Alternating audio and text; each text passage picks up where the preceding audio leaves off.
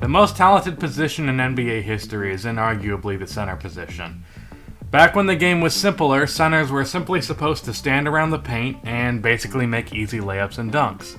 As the game has evolved, offenses became more complex and other positions became a lot more involved in the offense.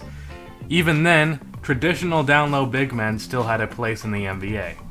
But as time progressed, big guys who only really scored down low went from a hot commodity to unwanted. Big men such as Al Jefferson and Jahlil Okafor really don't fit into today's NBA.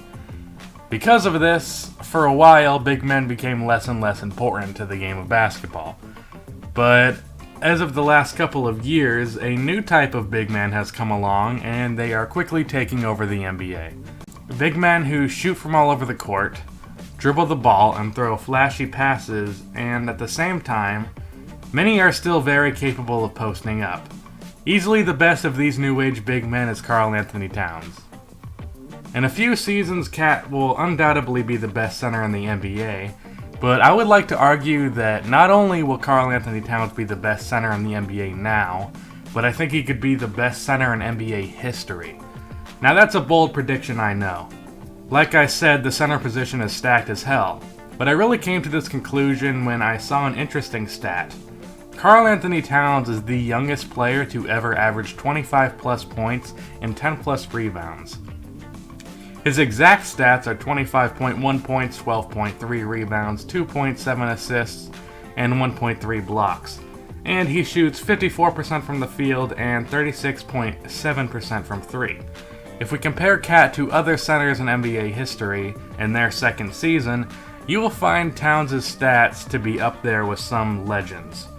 He has the second most points per game and third most rebounds per game, and he's tied for second highest on field goal percentage.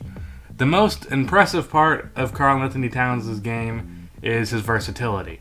He can shoot from all over the court as he is a solid three-point shooter, and he's pretty much automatic from mid-range.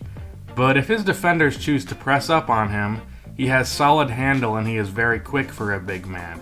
He can attack the rack from the three-point line as a big. He also has a very solid post game. He's more of a post hook guy rather than a fadeaway guy, but with his shooting ability, I think he has the potential to get to LaMarcus Aldridge levels on post fadeaways and face-ups. He also averages 2.7 assists, which is pretty solid for a center, and with the attention Cat brings on offense with his ball handling ability, I imagine he could make his way up to 4 or 5 assists per game. The weakest part of Karl's game is easily defense. He only averages 1.3 blocks, which isn't terrible for a center, but if we're talking greatest of all time, he needs to get a lot better. Luckily, though, he has plenty of potential on that side of the floor. Like I said, he's very quick on his feet, especially for a big, so he has great potential to be a player that can switch on pick and rolls and stop a point guard.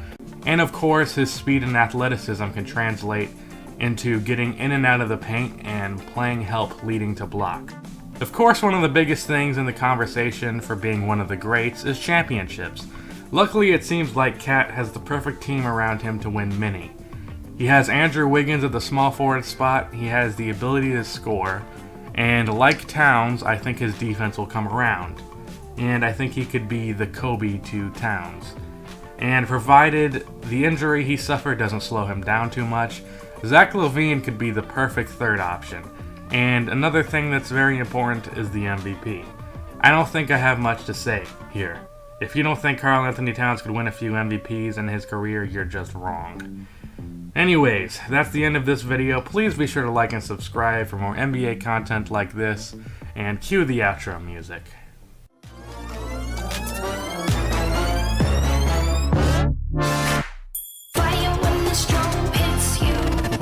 That's it, Brian?